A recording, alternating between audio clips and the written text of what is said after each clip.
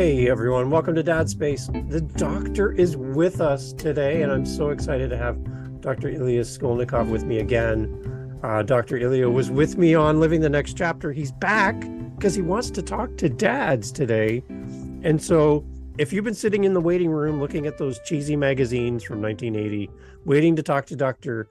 Ilya, he's here. He'll see you now. And I'm so excited to have Dr. Ilya with me today. Dr. Ilya, welcome to Dad Space. Great to have you here. Thank you so much for having me. It's a pleasure to be here. We're going to be talking to dads today. I'm excited. You're excited. We'll be excited together. I'll try to stay calm. Where should we start? Should we start with any question? You know what I wanted to do at some point, maybe the sooner the better. I wanted to tell a story about my father, and then that was my dad. So yeah, let's do that. That's a great place to start. Or we can start with something else if you had something more pressing. I don't want to. No, let's start with your story of your dad. I'd love to hear it. Okay, so my father was a psychiatrist, and one day I came back from, I guess I was at work or at school or something, and I said, "Hey, Dad, I figured out what I'm going to do for a living. I want to go to school and study to become a chiropractor." He goes, "Okay, well, can you actually make money doing that?" Because fathers, as we all know, they're concerned about their kids being able to support themselves and make a living and all that kind of thing. So I said, "Well, yeah, Dad, actually some chiropractors do really well and make even more money than you do." He goes, "Okay, well, that's good then." And to my father's credit, he paid for my entire chiropractic school education. But I can remember there was a lot of conflict in our conversations. So, like, for example, my brother, myself, my mother, and my father would be sitting down to eat. And my brother, who's a marriage and family therapist, would really connect with my father, and they'd have a great time talking about psychology. So I also perform emotional therapies. So I said, "Hey, Dad, have you ever heard of David Hawkins's book, Power versus Force?" He's the well-known psychiatrist who talks about muscle testing in his book and how it can be used to raise a person's level of consciousness. He even developed an entire map of human consciousness. It's amazing. So he says, "Oh, well, that is a very interesting theory." I said, "Well, yeah, Dad, he actually had diplomates of the International Board of Applied Kinesiology right there in front of him performing the muscle tests for nearly 20 years. And he was able to get really deep and vital information about human consciousness. Like, he developed an entire map of human consciousness. He wrote 9 books about it, travels around the country and lectures about it. How is that a theory?" And he says, "Well, I really don't believe in all that. But it is an interesting theory." I said, "Oh, okay. Well, what don't you believe in, Dad? You don't believe that he wrote the books that he wrote that you never read or heard of? You don't believe in the muscle testing? You don't believe that he developed the entire map of human consciousness? What don't you believe? And what's with this theory thing anyway?" He said, "Well, I'm really not interested in all that, but it is an interesting theory."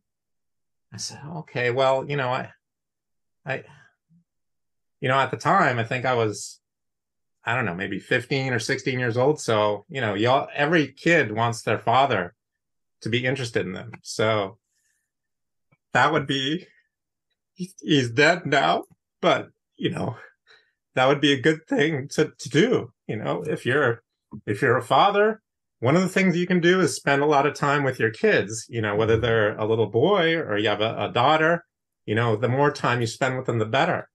And my father definitely spent time with my brother and myself, but he wasn't always interested in what we were doing because it was so hard for him to relate to as a Freudian psychologist.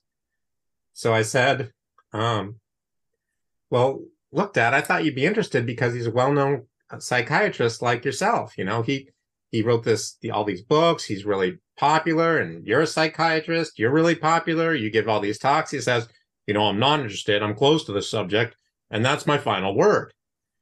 So, seeing as I wasn't getting very far with that topic, I moved on to the next one. So I said, "Hey, okay, Dad, well, what about Bruce Lipton? Have you ever heard of the great epigeneticist, Dr. Bruce Lipton? He's the one who discovered that we can change our genes." He said, "Oh, well, no, son, I haven't." Said, yeah, he discovered that we can change the expression of our genes by changing our thoughts, feelings, beliefs, attitudes, and environmental stimuli. He goes, well, that is interesting, son. That is a very interesting theory. I'm like, what theory, Dad? This guy's a highly regarded medical school instructor. He taught molecular biology in a medical institution for like 10 years. It's not just some theory, it's epigenetics, Dad. He also wrote, The Biology of Belief and some other books. How the genes express themselves can be altered. It's been researched over and over again. It's the cutting edge thing everyone's talking about. It's not just some theory, it's epigenetics. You go, and it's the same answer, basically. Well, that is very interesting. That's really interesting.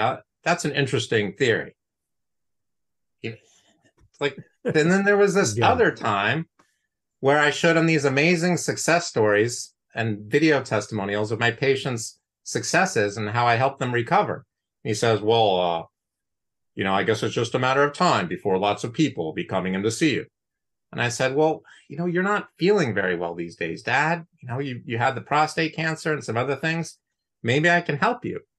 He said, well, thank you for telling me that. I'll have to look into that. And so my father died of multiple diseases like heart disease, prostate cancer, lymphoma, and Parkinson's. I never was able to help him. He wouldn't let me.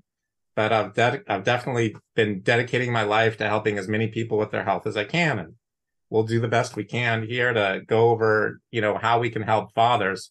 I should come clean with y'all that I'm not actually a father, but I think we've all had a father, whether we, are close to them or got along with them or didn't.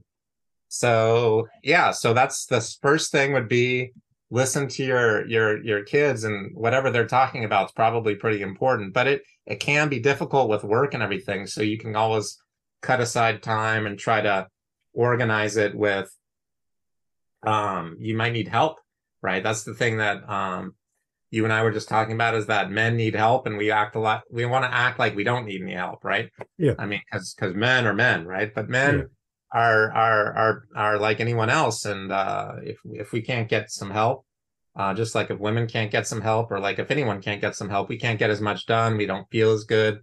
We feel like we're kind of alone, and that's not a good way to feel. So, should we go over? Do you want me to continue, or do you want to start with any questions? Yeah. No, first of all, I just want to recognize Dr. Ilya. Thank you for sharing that story with us. Like that's the one thing from a son to a father you want you would love for them to be proud of you and show their appreciation and their love for you, and demonstrations and however that is. And I know every man's different, so can't be one way for everyone, but you just want to have that recognition from your father. And especially when in an environment in a family like yours, there's a lot of experts who are very well trained.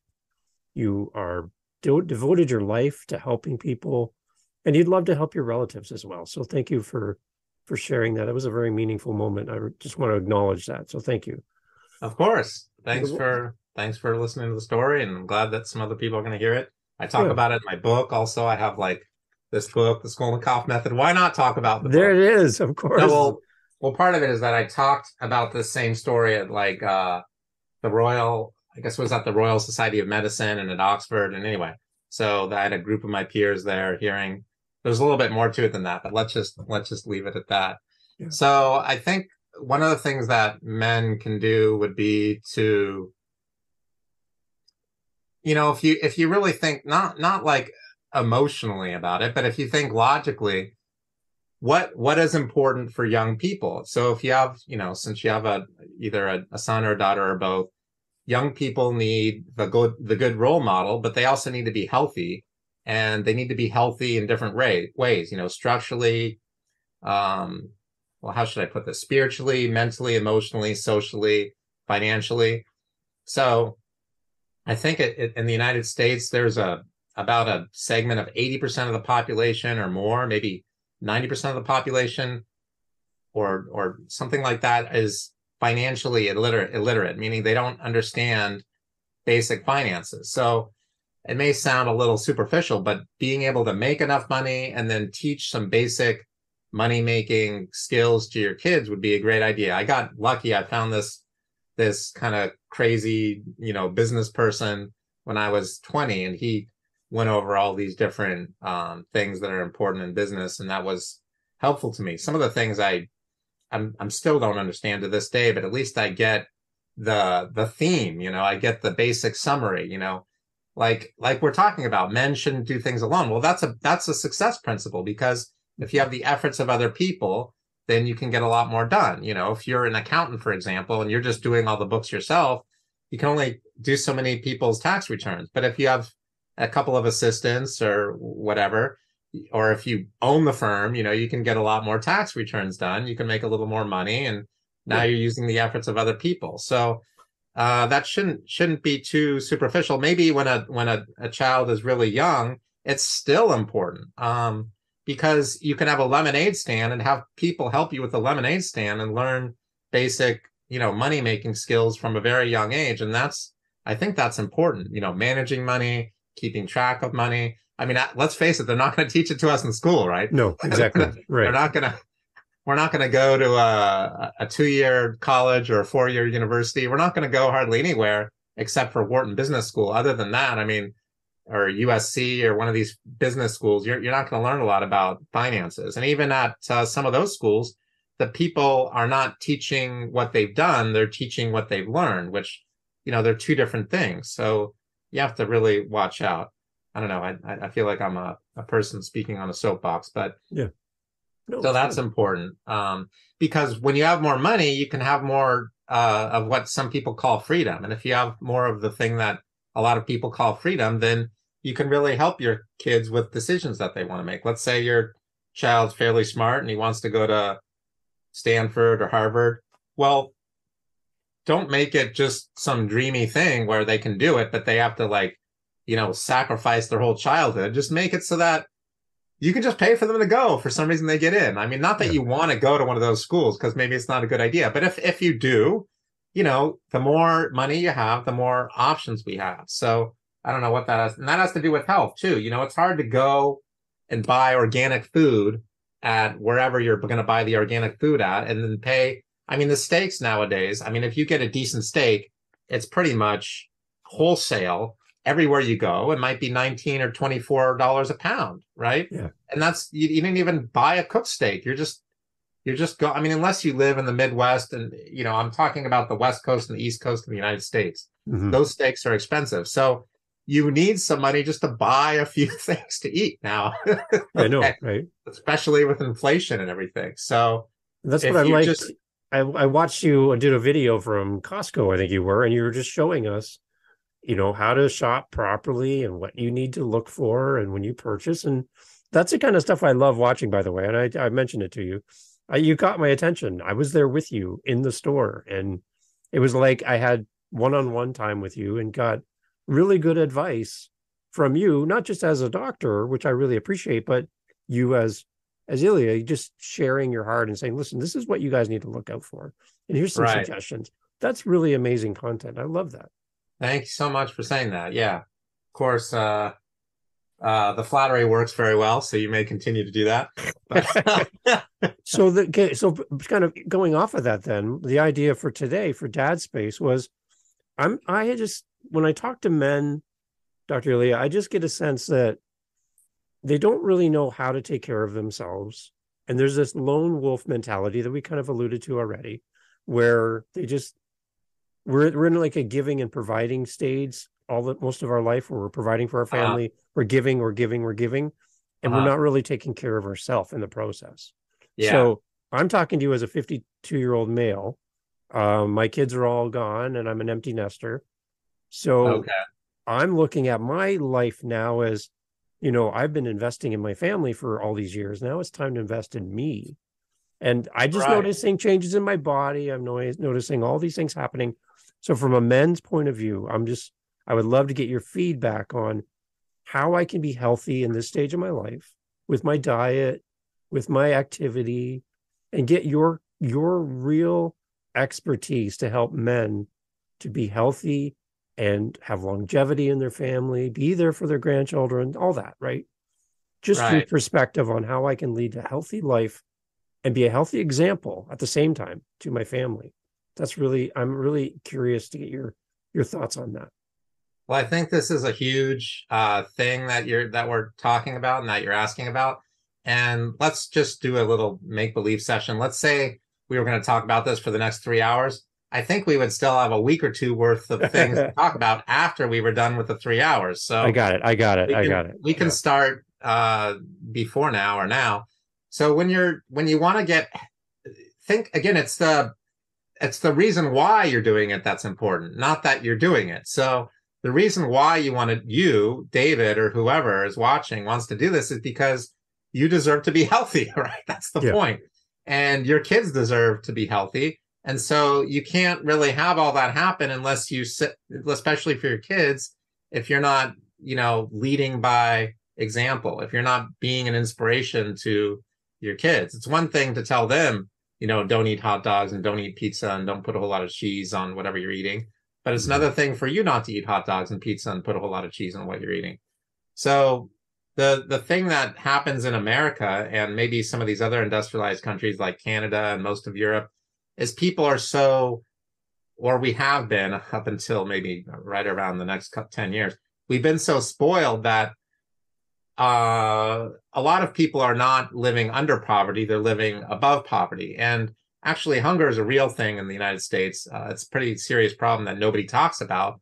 But since nobody's talking about it, it's like not very well understood, right? Mm-hmm. It's like this major, huge problem that's growing. But people watching this are probably not at that point. They probably have money and all that kind of thing to buy food and all that kind of stuff, clothe themselves.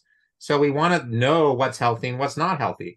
This is going to be more important than anything else in your life, because if you don't have your health, what can you do? Yeah. It's like you can't wake up with energy. You can't go to sleep well at night. You can't think clearly. You can't have good relationships. Sex life sucks. Mm-hmm. You may be able to function a little bit, but if you don't have the energy to do what you really want to do, what kind of life is that? I mean, I've had patients and I've gone through my own experiences with healing. I used to have this skin condition, really bad acne, and I don't think we should go there, but it prevented me from doing what I wanted to do. I mean, I wanted to go on dates, but I had like 3 or 4 eyes.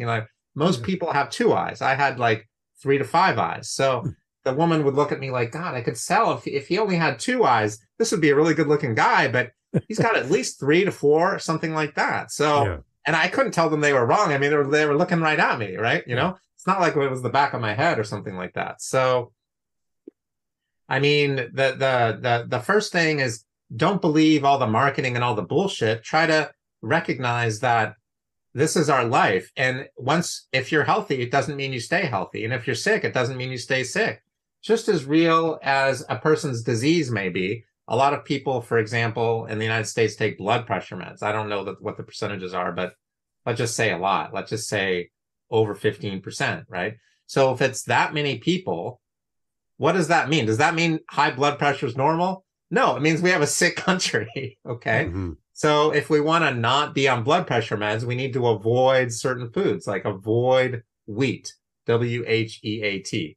I did not say avoid weed, W-E-E-D, but you should avoid that also. You should avoid wheat and avoid pot.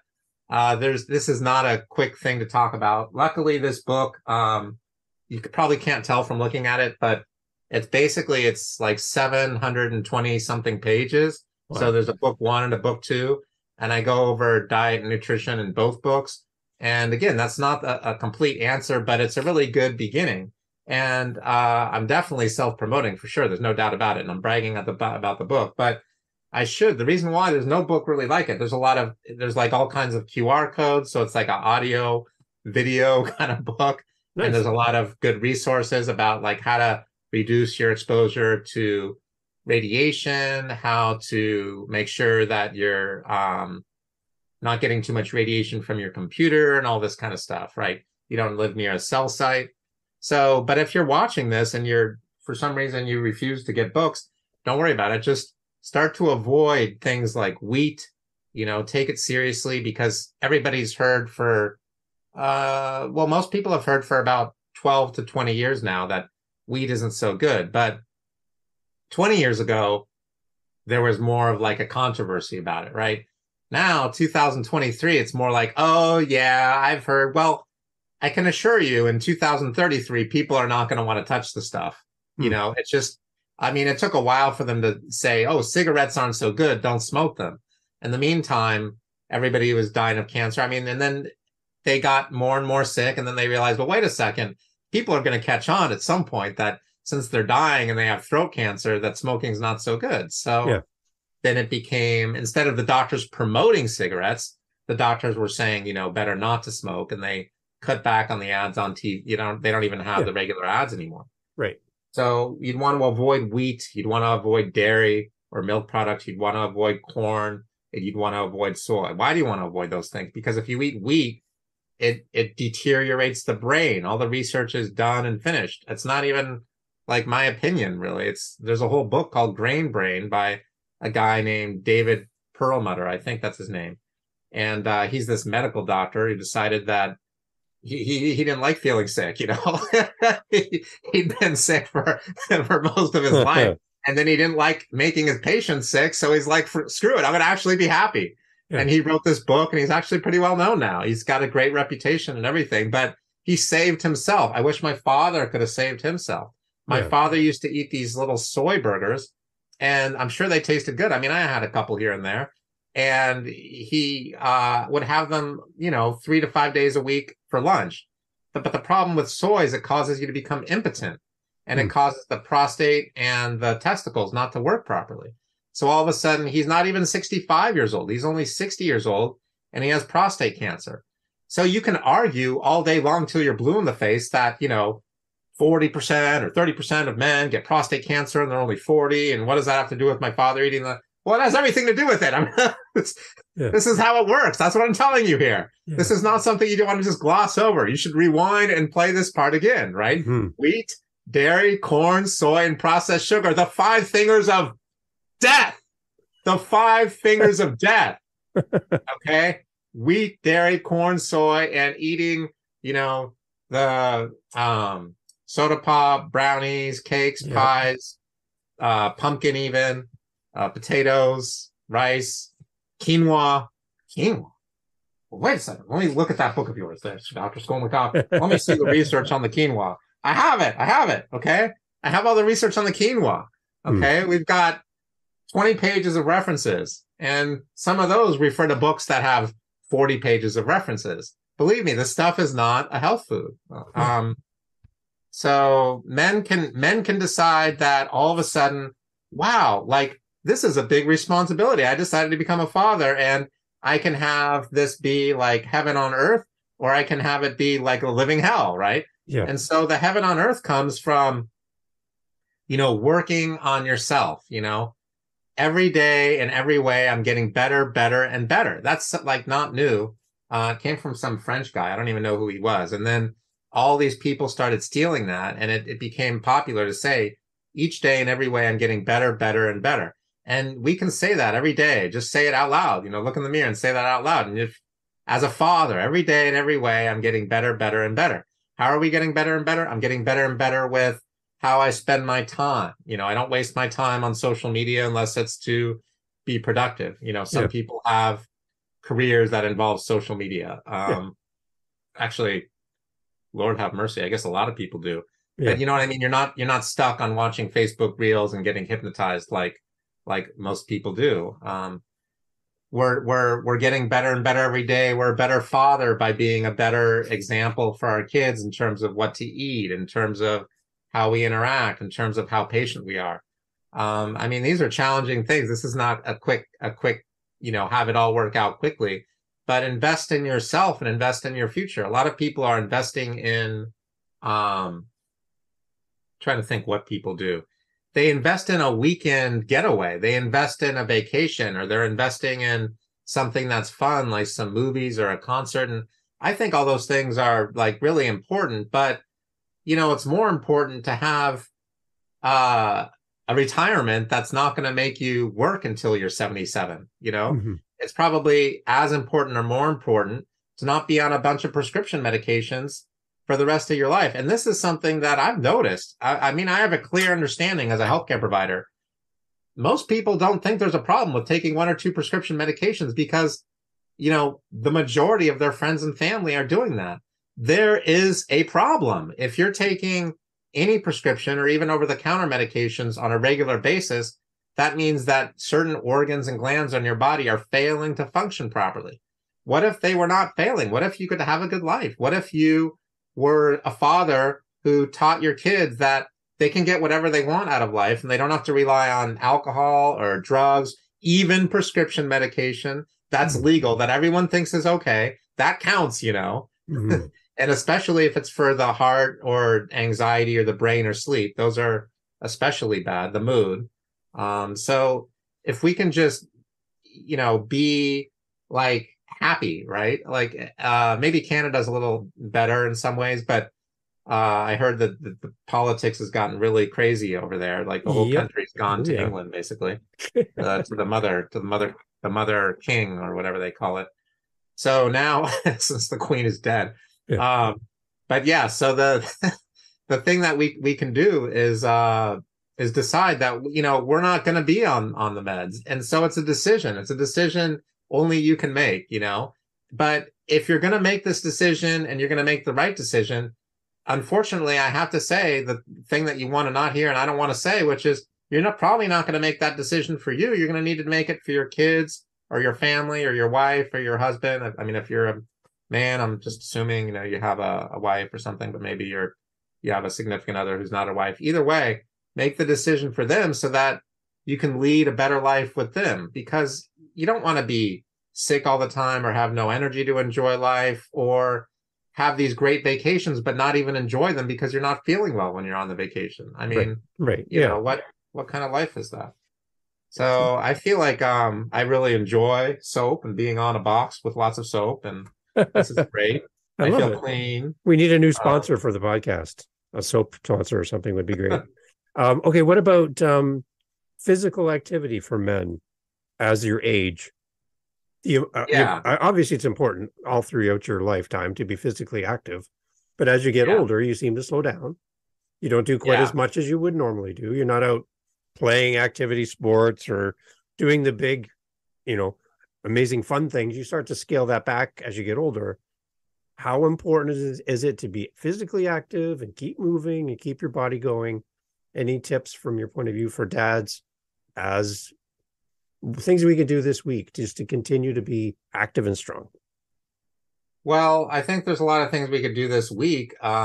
And I want this to be like bigger and better than our interview also. Like, I think this podcast is great, but it shouldn't end here. This should be like a middle or beginning point where people can go to any podcast about diet or health or exercise and see that, or anything, right? And see that all the most successful people in our culture and our community, they're all exercising like an hour, you know, 3 to 5 days a week or more. And because they do all that exercise, it allows them to have the oxygen delivery to all their cells that allows for improved cognition and improved energy and better sleep. And, you know, a lot of people have other benefits like a better sex life and all that kind of thing. But, you know, that can vary from person to person. So I think it's like, you know, as you set goals for yourself, again, that's what we were talking about.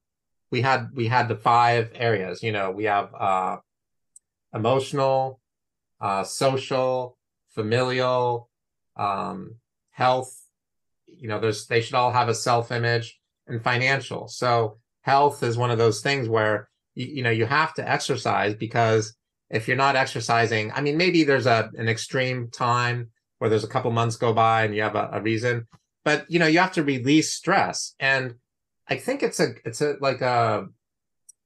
the other thing that you can do is, sorry for looking over to the side. I guess that's not too helpful, but use it as like a gauge, right? So it's like you can see what's happening every time you exercise, because either the exercise goes well, you know, which means everything's fine, the gauge is up here, or you have a problem. You might have some kind of an injury, or you can't finish your routine workout at the gym or your routine run or whatever you're doing. So that's a gauge. So that's telling you now you have to do something about that, right? It's not just like do nothing. It means you need to slow down if you're going under so you can get more rest and then, you know, exercise more, or maybe you need to exercise less. I mean, you need to really take this as like, this is like your duty, not just to your family, not just to yourself, but it's like your duty to God. You know, you have to be healthy. You know, you were given the gift of life. you might as well lead a healthy life. Because if you don't, why would you want to be, 82 and not be able to walk? You're in a wheelchair. Why would you want to be 73 or 83 or whatever, and you're stuck to a CPAP machine every night, or you have to have a respirator thing just to breathe normally? I'm not saying that you can't have a good life and do the meds and do the respirator and all that, but isn't it better? Isn't it more fun? Isn't it more exciting? Aren't you more grateful for being alive and everything that you have in your life if you can breathe normally without medication? If you can go outside during, about 10 months or 11 months out of the year and not have a bunch of allergies, or even 11 and a half months out of the year, why not just be healthy? Why not be able to do what's going to benefit you? So, I mean, a drowning person is of no help to another drowning person. If you're really sick, how much help are you going to give other people? I mean, my father, I guess I came from this Eastern European, Jewish kind of background. My grandfather was this Jewish guy in Kiev and Russia, and he escaped the pogroms. They were killing everyone from the Nazi Germany spread to Russia, and somehow Stalin sent all these troops out into the cold, and both the Germans and the Russians had huge death numbers, But then I don't know what happened exactly, but in Czechoslovakia and some of the areas moving all the way over into the Eastern Europe, they just decided that Jews weren't so great and we should just get them out, right? So my father, escaped persecution, and grandfather, I mean, and then he came to the United States, but he was sort of like, they didn't believe in investing in yourself. They believed in investing in being able to eat, or investing in education or investing in the future. And so that became common for Jews and Asians all over the world. And it's great, but you need to invest in yourself, right? So you're the one who's going to make all these things happen. And if you're not healthy enough, you can't make it happen. If you don't have the energy, you can't make it happen. I was lucky. I mean, I was really lucky because I had loving parents. They were highly educated. My father went running all the time. When I was a kid, I was 14. I started going running with my father. My father always spent a lot of time with us. The problem was he was so out of touch as this Freudian psychiatrist that he couldn't relate to my brother going and taking improv classes for whatever, or me being a chiropractic kinesiologist who uses energy medicine and emotional therapies in a totally different way. He was just stuck on Freud and whatever Freud believed, which you have to stay open-minded when you're dealing with your kids. Your kids want to do something that you and I don't agree with. And so what you need to do is you need to just establish the rules. As a parent, you need to be the friend, quote, friend, unquote, of your children. And you have to somehow make sure they don't get into trouble. So, Dr. Oz said, my father never agreed with me, and he's like a friend of mine, Dr. Oz. He never agreed with me in what I was doing with the media. He always wanted me to be a family doctor, but that's not what I wanted to do. I wanted to do this different thing. And then Dr. Oz said, with my kids, I don't want them to do what I want them to do. I want them to do what they want them to do. A father always wants to protect their kids and make sure they're safe and everything, but you also want to support them with their interests. So a good movie about that, almost everybody's heard of Dead Poets Society with Robin Williams. That's pretty, if you look at not that everybody agrees that this kid was suffering, whose father was paying for his whole education and then he killed himself, but just the idea, what if that was a real true story, which it may or may not have been, then what would that mean? That would mean just not having the support of your own father can lead to death, So you want to really listen to your kids. If it's legal, that's a good sign, right? If it's safe, that's a good sign. If it's not hurting anyone, including themselves, that's a good sign. And a lot of careers don't meet that criteria. I mean, a lot of entertainment careers are super dangerous. I mean, but if you can play guitar or sing without taking the drugs or getting drunk, I mean, if you could just do that, if you enjoy it, just because you or I don't like guitarists or whatever, doesn't mean your son or daughter can't be a great musician. I mean, that's just, that may be in their calling. So being a responsible parent also means being an open-minded parent in a way that's still safe for your kids and this is not an easy thing. This is, it's one of the hardest things you could do probably is be a parent. You can ask any mother or father, and there's this, we've all heard that expression. The Buddha said, well, I could never repay my mother, even if I carried her around on my back for the rest of my life for what she did for me. It's like, that's because that's how much parents do to take care of their kids, especially the mothers, even though we're talking about fathers. Yeah. But that's I like that. That's a good quote. That's a good thing to ponder, I think.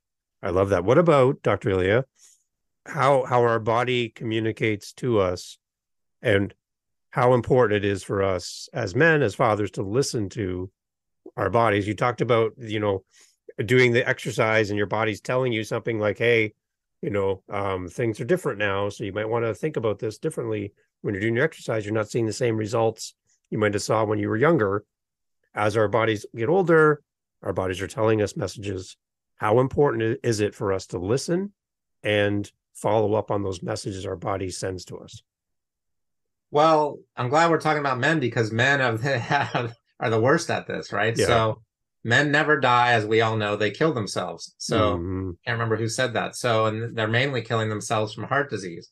So the reason why men do that is because we're very motivated about like supporting our families and working hard. And that's a good thing, to be able to be having, paying for all the different stuff that needs to be paid for, and then doing all this stuff. But at the same time, it's if you're dead, you're not helping anyone with anything.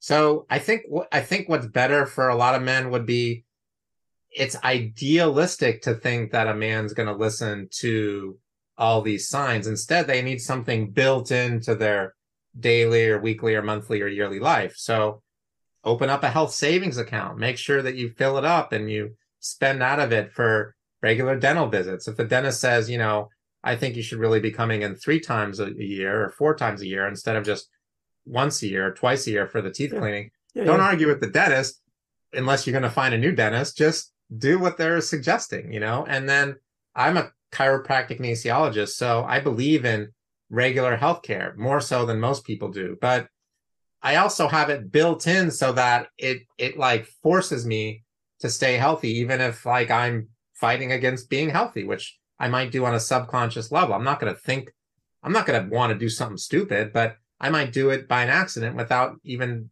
giving it any thought or attention. So if I see the chiropractor regularly, and if they help me with structurally, chemically, and emotionally, meaning know your weaknesses, know where you're off. If you're the kind of person who doesn't exercise enough, start exercising really regularly. If you don't go to the dentist regularly, you better damn well go to the dentist.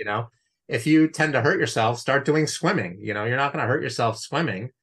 And if you have all these things that are coming up for you, if your diet's not very good, I don't know that a nutritionist will help, but you got to do something. So start buying books about nutrition.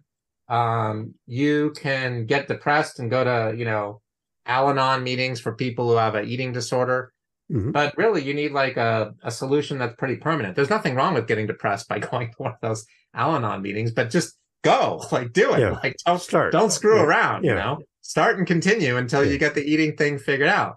Don't eat a lot of nuts and seeds and spicy food, especially like the pepper family, like cayenne and black pepper. And don't drink a whole lot of alcohol unless it's just every now and then. Maybe, I don't know, once or twice a week at the most. If you're a big drinker, that's it, and just a couple drinks. Don't have a lot of potato chips or caffeine or popcorn or almond butter or peanut butter or cashew nut butter or any nut butter or chocolate or beans or rice. Just don't do it. And I don't know about Canada, but I'm in Northern California. Okay. This is a special place. Oh yeah. In a good way and maybe not so good. So we have a lot of people here that use pot, and they say they've had a bunch of states all over the country that it's legal to do all these things with cannabis and THC type products. That's just, I don't want to be disrespectful, but it's just not a good idea, So I think there was a reason why it was illegal. I don't think it should be illegal. I just think it's not a good idea to use it, especially if you're 30 years old and now you're going to be whatever, 31, 32, 33, just let it go. Now's the time to let that go. I mean, you might have used it a lot when you were younger because you had no reason not to, but it just doesn't serve us. It shortens your memory. And again, don't just listen to this podcast. You can listen to Grant Cardone or Robert Kiyosaki or, any of these people. I mean, they all have different kinds of names. There's a guy, he usually has a Band-Aid over here. I can't remember his name, but he's got all these, he's like worth like over $100 million. He's got all these free videos. They're all saying the same thing, exercise regularly. Don't do a whole lot of drinking. A lot of people love and a lot of people hate Donald Trump. What I'll say about Donald Trump, whether you love him or hate him, he's done pretty well financially, and his health isn't so bad considering his age. I mean, he still thinks clearly. He still speaks okay, and he's in his 70s. He walks around, he talks, he does things, he's active. So, and he doesn't drink any alcohol, and apparently his diet's actually not that great, but at least he's cutting, he's not doing the alcohol thing. So alcohol is just kind of like an escape, and it's not at the end of the world. To enjoy a little bit every now and then. But I think we've gotten to the point where our whole society has normalized alcohol, because after all, it's completely legal for almost everyone if they're over around 18 or 21. And so most of us are over 21. And then, even when it's illegal, you have an environment where you can get alcohol no matter what if you're a younger person too. And so our movies have everyone drinking alcohol. Our entertainment shows everyone taking these drugs. Yeah, exactly. Everybody's doing it. Yeah. But it doesn't mean it's good. It doesn't mean it's okay. It just means somebody thinks it shouldn't be a problem. Well, somebody shouldn't be you and me. Right. Okay. Yeah. It should just be somebody else, I mean, why would you want to waste your energy and time getting the buzz from the alcohol when you could just get the buzz from being alive and enjoying a good meal or being with friends or reading a book or watching a weird movie or whatever? Okay, what about the power of water? How much water do we need, Dr. Ilya? Come on. Oh, we're going to go through water. Come on, I need some water in my life. Okay. I know it's important. So the water thing is really interesting because I was studying water for all these years, and I thought I was smart, which is a really bad idea to think you're smart, believe me. And I thought like maybe I knew something about water, but I recently learned that I know nothing about water. So here's what's going on with the water.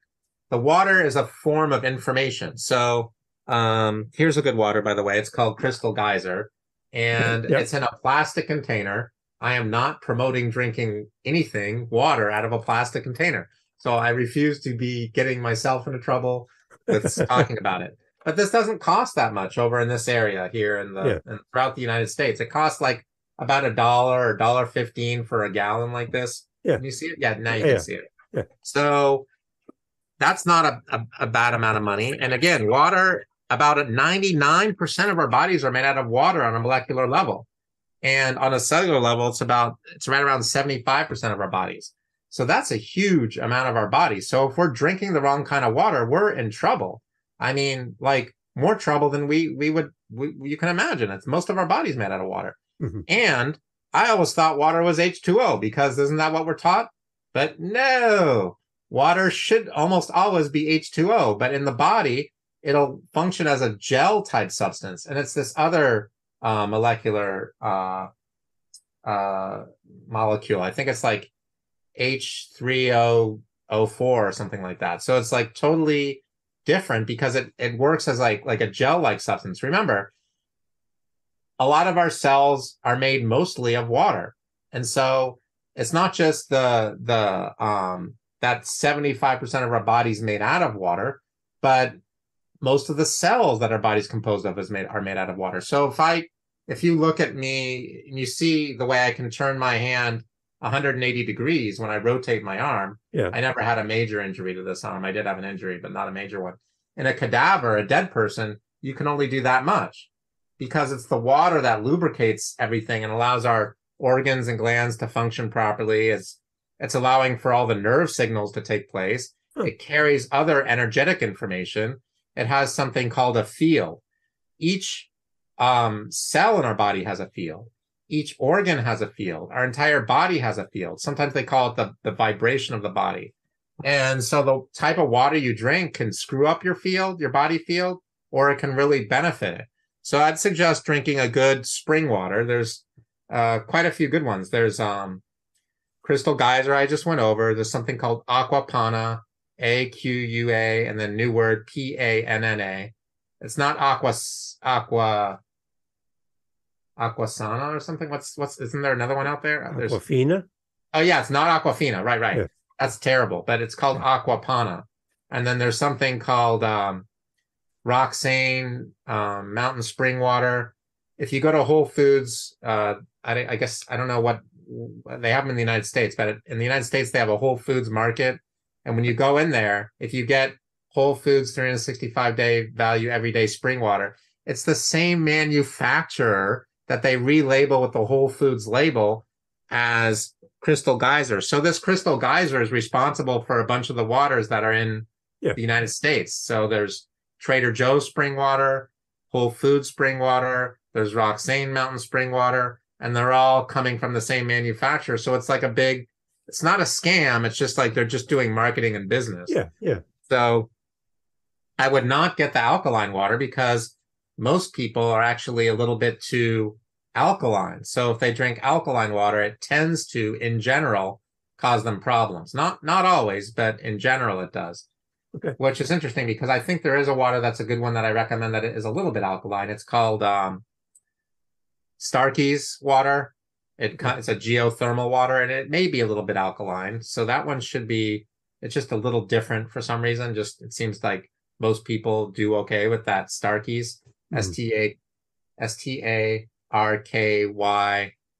or apostrophe S. Okay. And then there's Simply Sedona Artesian Spring Water or Purely Sedona Artesian Spring Water. That one's okay.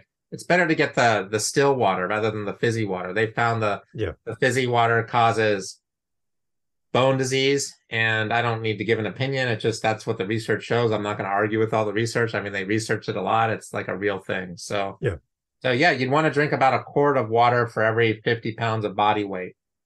And remember, you want to have the right information for your body to work properly. So everything we do is about information. You know, we learn things for the work we do, and then that allows us to make money. It's the information that we got that we then apply that allows us to make the money. We have information about how to be healthy, information from a podcast, information about how to exercise. Everything is information. So the water is information. Okay, so it's really important. That's why when scientists are looking at other planets, and if a human could inhabit that planet and survive, they're looking to see, does this planet have water, a source of water, or did they used to have the water? Because that allows for the information and the life to be there. So water is a little bit like air. For fish, it is air, right? So it's a major source of life. And some of the same components that are in air are in water, you know, hydrogen, oxygen. Just in air, there's a lot of nitrogen and helium and the some of these halogen gases. But in the water, you mostly just have that other, you know, just the water and the hydrogen and the oxygen. But anyway, water is pretty important. So it's okay to drink more than that amount of water. And if you're doing a detox, which, you know, you should be under the guidance of a licensed healthcare provider if you are doing any kind of a detox program. It's better not to just get them from the internet. Maybe like if you're fairly young and healthy and an athlete, it's safer, but either way. So you'd want to drink more water. You know, I mean, I'll have patients drink 2 gallons a day for a few days when they're really releasing a lot of poison, so that the poison doesn't get stuck in their kidneys and their liver and their blood, and then they get a big headache, and then they're reabsorbing the poison. And I mean, it can be really dangerous if you're not drinking enough water, if you're doing some kind of a detox program or something. Okay. So that's good. That's really wise. So that's the whole idea, Dr. Ilya, having you on today on Dad Space, was let's get some real practical things. Let's dispel some of the myths and help dads live longer, be there for their family, be a good example. That's a big thing for me. I just want dads listening to be a good example. So their kids will grow up and say, my dad was there for me. My dad gave me a good blueprint so I can live my life as I go from child to parent down the road. And I can then model it forward and we continue the process for many generations, right? Yeah. And it all starts with a dad listening today going, okay, I'm going to be that example. So from Right. your perspective, I love hearing just the real practical ways that we can do that. So I really appreciate having you here on the podcast. Thank you. Thank you. Thank you. Yeah. I don't know if we're, I guess we're getting near the later part of the podcast. So people should really think about, how can I spend more money on my health, right? Not in a way that's like lavish and wasteful, but in a way that's going to get the result that you want. And I'll have patients come in and they're sitting in front of me. This is how I live my life, right? So day in and day out for weeks, months, and years at a time. I know I don't look like I'm that old. I'm 53, so I'm a year older than you.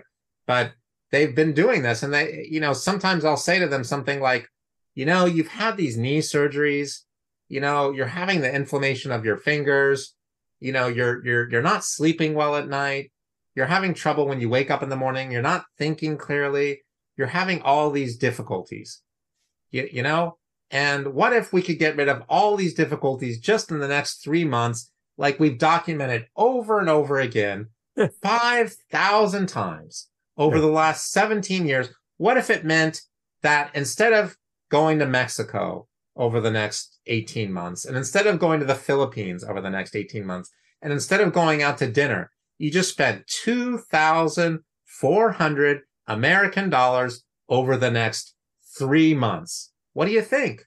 No more surgeries for your knee, no more cloudy thinking, no more low energy, no more. Is that worth $2,400 or $2,400? Is that worth $200 a month for the next 12 months? Or $800 a month for the next 3 months? Is it worth it?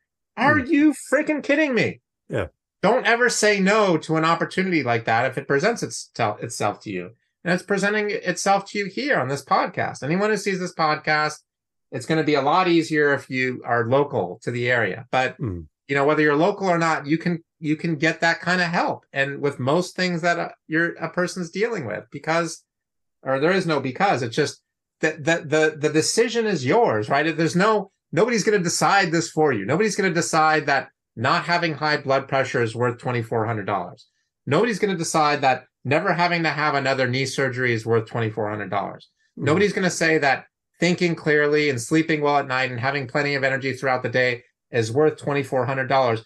But how the heck couldn't it be? Is going out to eat once a week and spending $45 to $50 American dollars going out to eat, is that worth more than your health?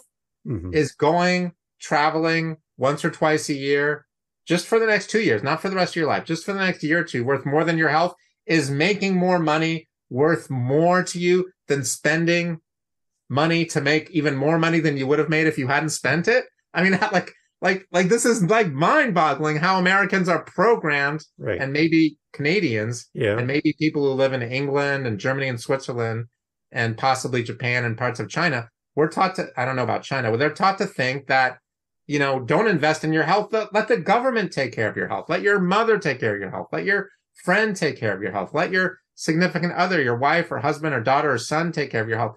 No, if you want things to change, you need to change. If you want things to get better, you need to get better. If you want to have a great life, you need to make your life great.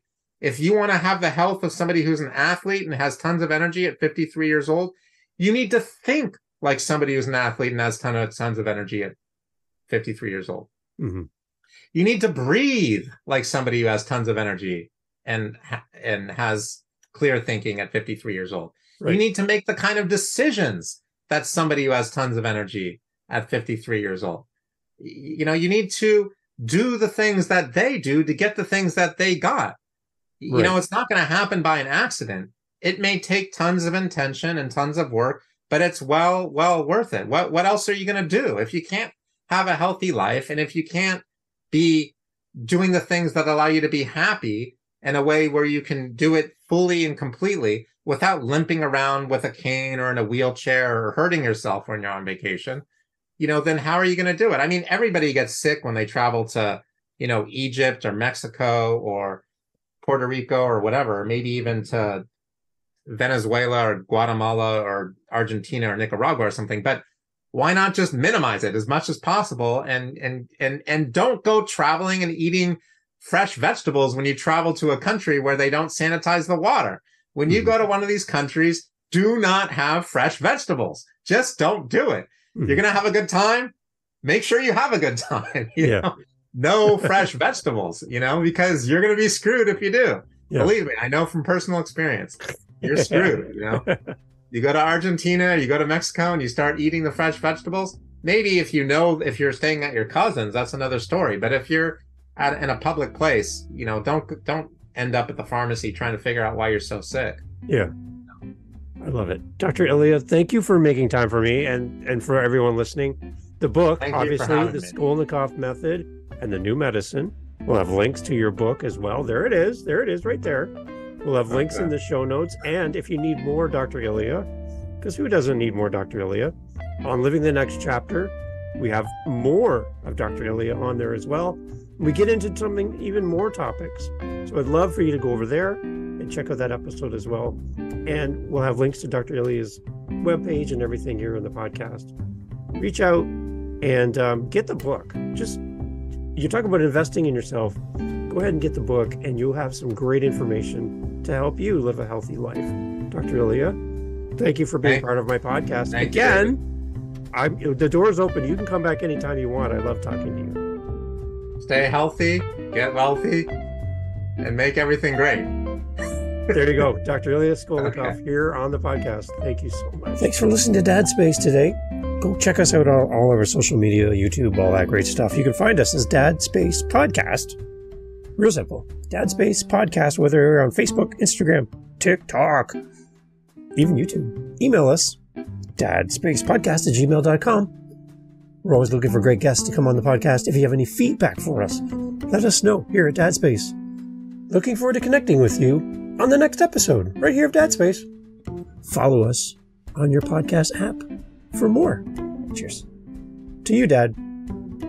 Thank you.